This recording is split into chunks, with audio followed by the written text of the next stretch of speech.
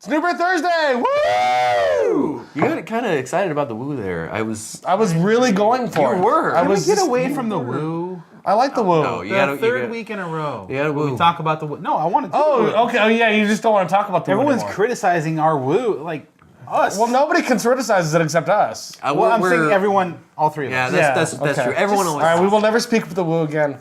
But we'll, That's Let's have a moment of silence for the woo. Not the Wu-tang, though, because they're fucking rad. And they are nothing to fuck with. Boom. Yeah. Don't fuck with the Wu-Tang. All right, so anyway, We will do this the woo. week we're finally doing a beer from Sam Adams, which we've done, and we kind of did one once before, which was the Infinium with Untapped, but that didn't really count because that's a collaboration, and honestly, that beer kind of wasn't. No, it was a good beer. It was a collaboration. It was bready, Very bready, yes. but it was a very decent bready. beer. Not Bretty, but bready. Bready, yeah, Yes. bready. Bread like Bready with a D. No, D as I in mean, dog. I like that beer. I've collected. I have the 2010, the 2011. I don't know if they made it 2012. I don't. Yeah, they haven't. I don't made think it since they. then. Yeah, I don't think they. They did it the 2 years in a If row. they did, it did not advertise it at all. Well, I got. They were like, I forget it. got 10 and 11. And it's a cool concept. It's Yeah, a yeah. champagne like thing for a beer, but The funny thing it is, was not what I think it could have been. if you rewind the clock 3 years ago, and you look at a young, up-and-coming beer podcast like New Beer Thursday trying to make a name for themselves, the And, very obvious a beer- choice, the very obvious choice for us is to go towards Sam Adams. Because, first of all, Jim Cook is really, really, really amazing at being a dude that's like, yes, I will be on your random podcast that 4 people watch. I'm okay with that. Like, it's... Perhaps, but he's... Show. And here's Right, Jim Cook. but see, we've never asked him either, and that's the point, is that we've never really reached out to Sam Adams. We've never really... And we should have, and it's like, it kind of dawned on me this year, actually, that was like, we've never done a Sam Adams beer. And especially because this last year, they've done so much amazing They have, stuff. and I'm going to say that it's the Boston Beer Company. Okay. Yeah. Boston Beer Company, yeah. Sam Adams is the brand, but Boston Beer Company is Super Beer. Carry on. Yes. Well, see, the thing is like, you know, it's Sam Adams is kind of funny because they kind of they are so big. I mean, they're the biggest craft brewery in the country, and so it's almost kind of easy to forget about them in a way, Right. Because they're so big, and Boston Lager is everywhere. I wouldn't and say so forget. It's easy to overlook them. That's Right. that's a good. Well, that's a good way of and putting it, yeah. they came very close to losing their craft brewer status a while ago. Yeah, But the BA saved the day. Yeah, the BA was like, by all right, changing you're Sam the Adams, rules we're going to change for the them. rules for you. Yeah. Yeah. And so, yeah, like I said, I mean, you know. But you're right, it's Sam Adams is known for Boston Lager, which is not a show that I think we'd ever, or not a beer we'd ever do on the show. But it's a good beer. It's a great beer, but it's not Classic. something like, I don't think we need to introduce Boston Lager to anybody. Yeah, you know? well, it would be like doing like Fat Tire or Sierra Nevada Pale. Right. It's like, It's- Yeah, it's that's one of those beers that if you go to the liquor store and you're like, you know what, I'm fed up with Coors Light.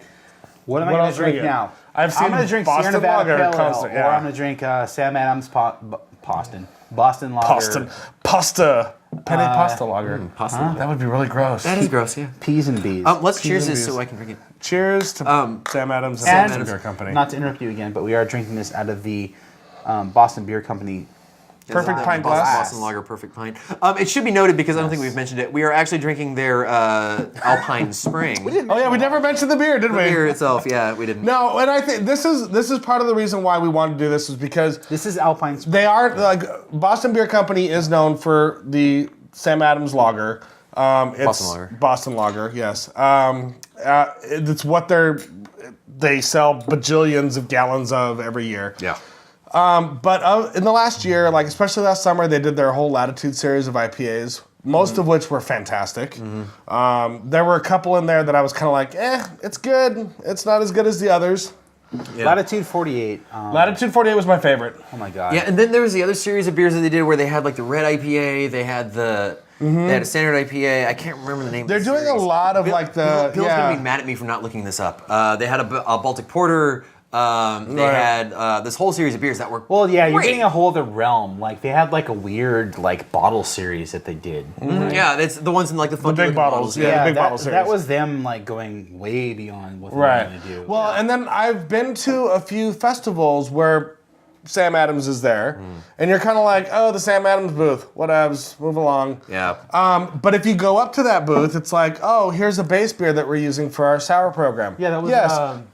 Boston Beer Company has a sour program, God, and it's what was the name fucking of that beer? amazing. We were at the LA Craft Beer Week, and we talked to the Sam Adams guy. It wasn't like I'm thinking Motherfunker, but that's the brewery. No. Yeah. It was something funk something. Right. Right. Like apologies, but it was a good base beer. And Right. you're like, this is coming out of Boston Beer Company? Right. You're like, I don't expect this, but it's like, it's cool to see that they still do a lot of the experimental stuff.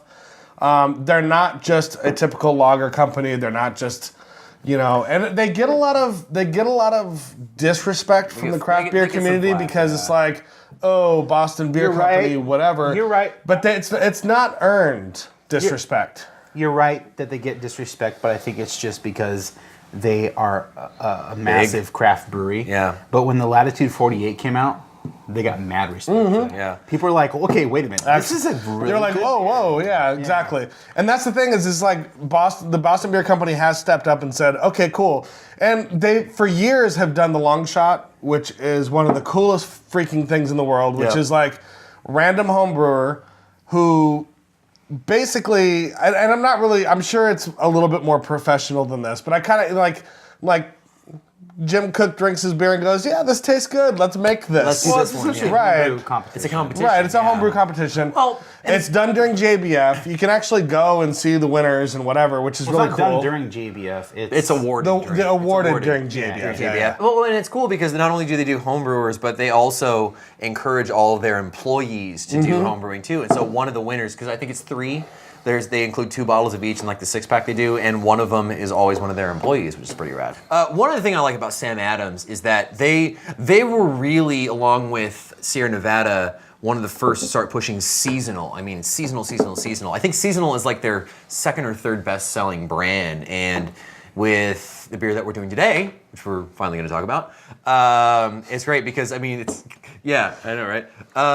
It's a very spring-oriented, like delicious, light, kind of herbal, minty hop character, and I mean it's really nice. What I like about this beer is that the whole point of this beer for them was to produce something that would withstand the cold of like the end of winter, beginning of spring.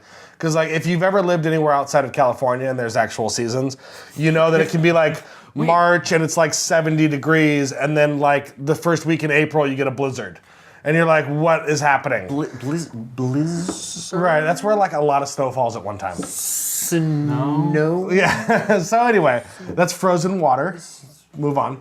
I'm sorry, that joke got old real fast. Yeah, real quick. But yeah, so it's like this beer is like okay, I'm kind of over the Imperial Stouts. I'm kind of over the Winter Warmers. I'm kind of over this, like, these really big beers that are produced during this time of the year. Right. Now I want something really light, crisp, and refreshing that still has some body and flavor and is going to withstand that whole thing. And this is a perfect example of that because it's that unfiltered wheat beer. It has a great mouthfeel. Unfiltered wheat lager. Wheat lager, yes. So it has like, the lager gives it that nice clean, crisp feel to it, but the unfiltered wheat nature of it kind of brings back the heavy body, the nice mouthfeel, the bigger, stronger flavor profiles that you're going to see that allow you to be like, okay, it's not quite spring, but it's spring enough for this beer. Yeah, I wouldn't quite call it heavy per se, but it does have a little bit more body than if you were having like a Pilsner. Or By heavy, I'm or talking about something like the Imperial Russian Stouts that you're drinking. Yeah. Oh, yeah. I got it. It brings back that heavy kind of like the what you're used to through the winter of the heavy I notes. think for the time of year that this beer comes out, it's a good beer for people who want something that is, I wouldn't say hoppy, but something that's not a stout. Like, I mean, stouts are good. I love stouts. I love Imperial Stouts. I mean, bourbon, name it, I love it. Right. Chicory Stout from Dogfish is one that comes Chicory. to mind. Sorry, what? Chicory. It's one that comes to mind when I think of California winters. Right. I Sure. guess. Because it's not too heavy and it's it's delicious. It's drinkable, yeah. But honestly, Cold rainy night versus cold snowy night. yeah, exactly. when my girlfriend goes to Sprouts to buy beer, they don't have a big craft selection, but they have stuff like this, where it's like, well, they don't have a stout, but okay, that's good. Honestly, I can drink Stone IPA 365 anytime. Yeah. But this is a nice. It's nice to get something different occasionally. Yeah, and I think it's a good beer for it's. Honestly, I think it's a good year-round beer. This is a good summer beer. Mm-hmm. It's a good winter beer. Those are the two seasons that kind of oppose one another. What is happening right now? I'm trying to put my foot up, and you're in the way. Where are you putting your foot? On the This is all happening right now. All right, Captain Morgan. Got a little captain in you? That was an advertisement. I think we did not need to what make. they're going for with this beer is like it's a good, well-rounded seasonal beer. That it's a seasonal release, but it's something that you could drink when it's cold and also when it's warming up. And you want to know the funny thing is like there are so many times where Sam Adams put out a seasonal beer, and I'm like, man, I wish I could get this year round.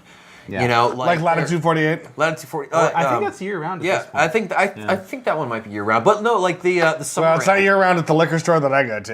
Yeah, like like the summer ale is a great example. I mean, it's basically like a spice like Belgian wit sort of thing, and it's so good. And I'm like, if I could get Well, this if you're anytime, gonna call your beer a summer ale, Yeah. it can't come out in the fall. Yeah. Guess what? Summer ale is getting released in the winter. Yeah, exactly. This is. you got a little thing there. John. He got most of it. I was watching it for a little bit as he was talking because I'm like, that is the coolest thing ever, but I don't want to interrupt Guess his what thought. I'm gonna do? No, I was like, I don't want to interrupt your thought. So I was like, I'm just looking. I'm like, it looked like you had like a little like cocoon forming there. It's awesome. I love it. Thanks. You haven't trimmed your mustache You're working recently, have you? You're working it. It's been about a month and a half. I get that same thing where it grows over the top of your lip, and you're like, okay, well now everything's gonna get. Don't even ask what I had there earlier. Can we talk about the specifics of this beer, though? Yes, it is. It's technically Keller beer, which is like an unfiltered German lager. Made with wheat. Yeah, No. Well, not necessarily. Keller beer just means cellar beer, so it references But this the fact one's made that with wheat. This one particular, yes, this is a wheat lager. But Keller beer as a whole it just means cellar beer. It just references the fact that it's a cold lagered Right. beverage. yeah, I think As generally at opposed this to a point, warm lager. Or a Helleweisse. Like a Helleweisse is, wow. Lager.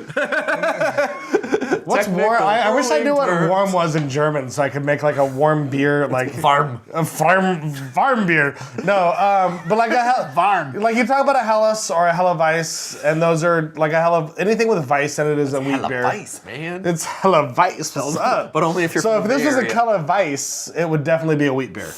But it's a Keller beer. John did not appreciate. Can we talk about how it tastes? Tastes amazing. And we've had a lot of it tonight, obviously. Yeah, we have. So Yeah, no, it's really great. I mean, it's super clean. I mean, it's nice because, whenever you add, a good solid amount of wheat to a beer, it has like a kind of like fluffiness. This to is fluffy. texture, is that a fat joke? No. What? Oh, there he goes. There he goes. I'm not fat, I'm fluffy. No, it's a gay joke. John, you need to dissociate yourself from the cock. Bringing it back. Yep. You're welcome. John's gonna have fun editing this show. But no, it's nice because it's nice and fluffy, but it's In the end, this is a fantastic beer, obviously.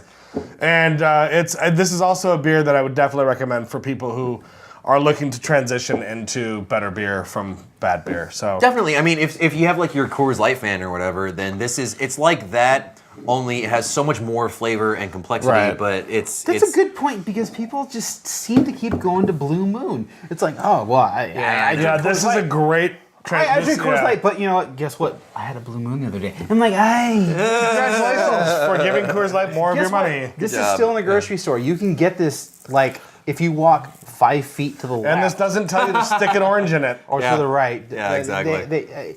Yeah. So no, this is a great perfect example because Blue Moon tries to be this and it fails. This is exactly what Blue Moon should have been and is not. And Yeah. this is a perfect transition beer for people who like the wheat style. I mean, if you want to get in the whole Blue Moon craft Right. argument, that's one thing. But if That's you're for a if you're different gonna show. support craft, support the Boston Beer Company. yeah, because- it's a great transition. So anyway, we don't have any like official sponsored New Beer Thursday events coming up.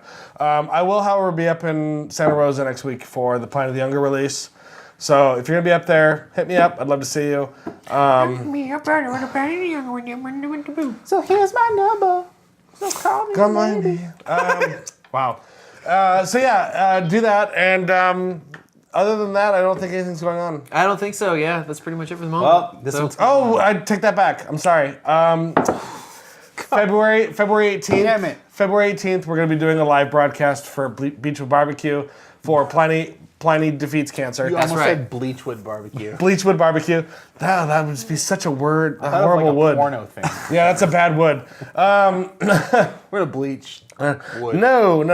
Beachwood Barbecue, Pliny Fights Cancer. Yes. We're going to be doing a live broadcast /YouTube/ whatever we can figure out. It will be live. Yeah. Will it be live? Are we going to do? Okay, I was going to talk to you about this. We haven't had this conversation yet. No, it will be live. We're going to be doing it live because it was. We'll do it live. Yeah, we're doing it live. It was an awesome event last year. We're going to do it again this year. It's going to be fantastic and phenomenal. That's Monday, February 18th, and we'll give you more details online for that. And as always, until next time, stay safe and drink beer.